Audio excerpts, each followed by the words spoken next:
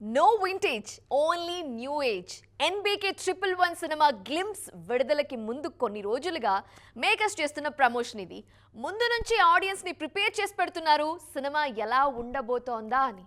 ఆ new age drama ఎలా ఉందో టీజర్ చూశాక క్లారిటీ వచ్చేసింది. పైగా బాలయ్యతో చాలా ప్రయోగాలు చేశారు గోపీచంద్ మల్లిని. మరి ఆ గ్లిమ్స్ పై ఓ లుక్కేద్దామా?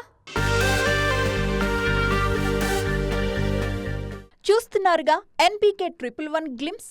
అసలు బాలయ్య సినిమా టీజర్ అంటేనే కేర్ ఆఫ్ మాస్ డైలాగులు. కానీ ఈసారి అలాంటివేం లేకుండా కేవలం విజువల్స్ తోనే టీజర్ కట్ చేశారు గోపీచంద్ మలినేని. చాలా ఏళ్ల తరువాత మాఫియా కథలో నటిస్తున్నారు నటసింహం. గత సినిమాలతో పోలిస్తే మేకోవర్ కూడా మామూలుగా లేదుగా.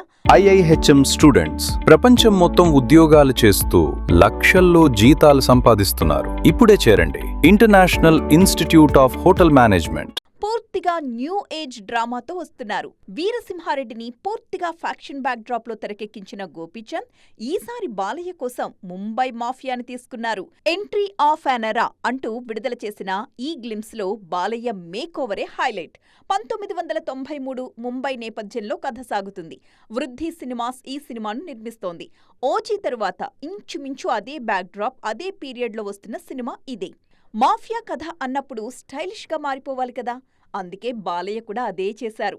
పైగా గ్లిమ్స్ లో యాక్షన్ సీక్వెన్స్లు ఆకట్టుకుంటున్నాయి. ఇప్పటికే ముంబైలో ఒక భారీ షెడ్యూల్ కూడా పూర్తి చేశారు గోపీచంద్.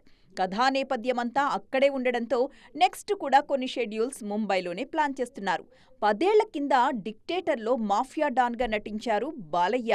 ఎన్బీకే 111 తరువాత వరుస సినిమాలతో బిజీగా ఉన్నారు బాలయ్య. ఆల్రెడీ కొరటాల శివ సినిమాకు కమిట్మెంట్ ఇచ్చారు. ఈ చిత్ర రెగ్యులర్ షూట్ ఆగస్టు నుంచి మొదలయ్యే అవకాశం ఉంది. అలాగే మైత్రి మూవీ మేకర్స్ లో వివేకాత్రేయ సినిమా కూడా ఖరారైంది. విజయ్ కనకమేడల చెప్పిన కథకు కూడా బాలయ్య ఓకే అన్నారు. మొత్తానికి మరో 2 ఏళ్ల వరకు ఈయన ఫుల్ బిజీ అన్నమాట.